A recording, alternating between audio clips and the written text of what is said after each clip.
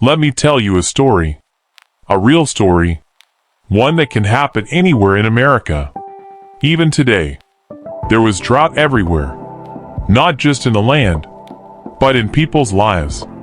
The farms had dried up. The wells were empty. Jobs were gone. Hope was fading. In a small rural town, a young man named Brian lived with his family.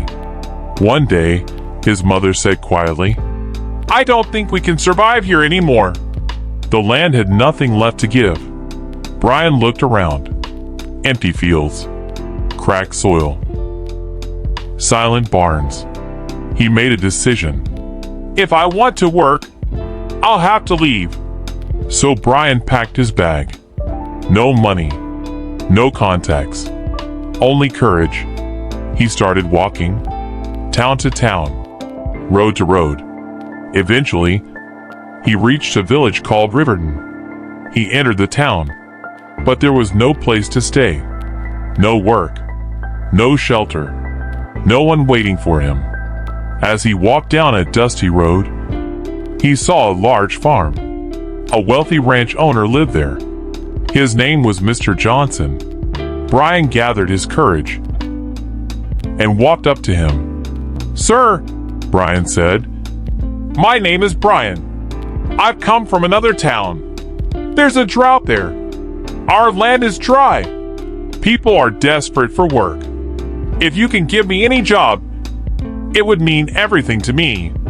Mr. Johnson looked at him closely. "You look exhausted," he said. "I do have work, but it's not easy. I'm not sure you can handle it."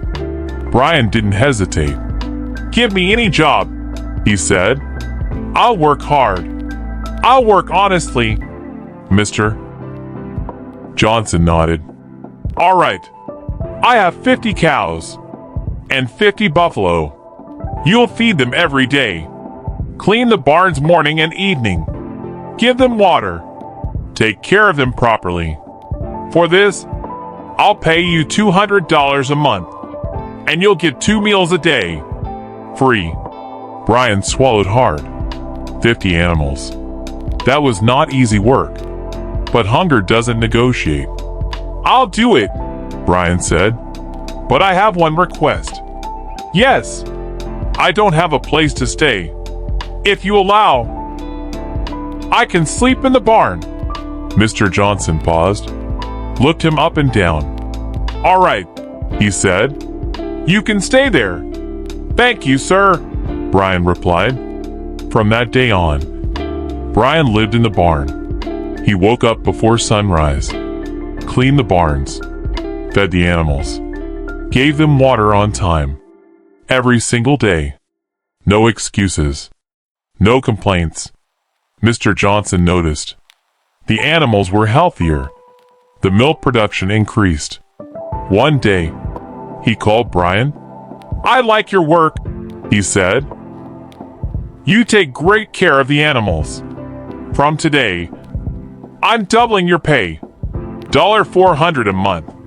Brian's eyes filled with gratitude. "Thank you, sir." Months passed. Years passed.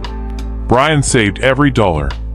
Eventually, he built a small wooden cabin. For the first time, he slept peacefully. No smell of the barn. No cold nights. Just rest. He still worked every day. Honest. Dedicated. After many years, Brian saved a good amount of money. But then a new fear appeared. Thefts were increasing in the town. Houses were being robbed. Brian worried. "My house stays empty all day," he thought. "What if my money gets stolen?" He spoke to Mr. Johnson. "You're right," Mr. Johnson said. "There's only one place where money is truly safe. The landlord's house." "The landlord?" Brian asked. "He's respected," Mr. Johnson said. "Guards everywhere. People trust him." So Brian went to meet Mr. Harris, the town landlord. "I want to deposit my savings," Brian said. "How much?" "About $5,800.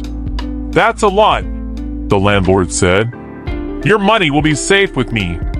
Brian trusted him. He handed over the bag. "Thank you," Brian said. Years passed. One day, Brian decided to buy land. He went to the landlord. "I want my money back," he said. The landlord looked confused. "Who are you?" "My money," Brian said. "You gave me nothing," the landlord replied. "Do you have documents?" Brian's heart sank. "I trusted you," he said. The landlord laughed. "You're a liar." Then he called his men. "Teach him a lesson." Brian was beaten, thrown out, broken. Mr. Johnson found him days later, and he got his money back. Because honesty may fall, but it never loses. And greed? It always exposes itself.